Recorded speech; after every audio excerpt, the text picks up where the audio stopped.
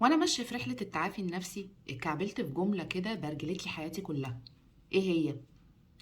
الامان المشوه في الالم المعتاد. يعني ايه؟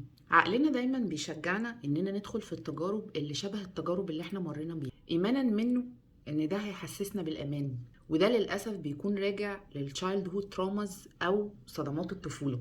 بس ايه يا ترى الامان اني ادخل علاقه مع حد بيهني مثلا لمجرد ان ابويا كان بيعمل كده؟ فكروا فيها كده، مش هتوصلوا غير لإجابة واحدة، إن أكيد ده مش أمان.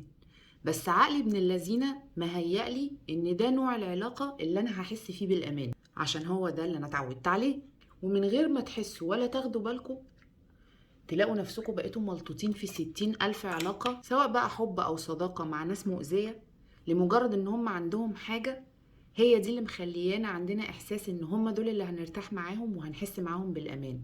ليه؟ لأنهم شبه التجارب اللي احنا متعودين عليها من الطفولة.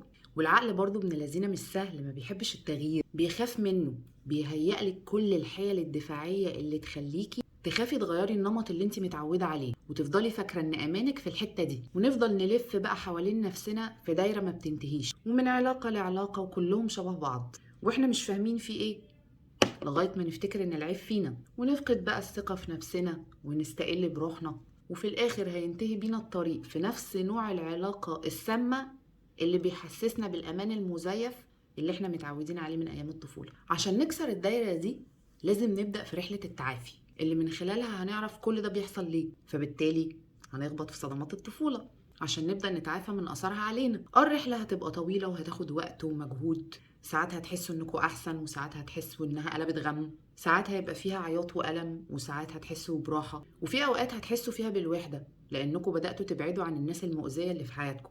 بس مش مهم، المهم في الموضوع ان مهما كانت رحلة التعافي دي طويلة اننا نصبر على نفسنا. مش معقول بنتأذي منذ الطفولة ومستكترين على نفسنا نتعالج في كام شهر ولا حتى كام سنة. النتيجة حقيقي تستاهل، عشان بعديها هنبقى اشخاص نستحق الامان الحقيقي اللي بيطلع احلى ما فينا وبيخلي حياتنا احسن، ومش بنرضى باقل من كده.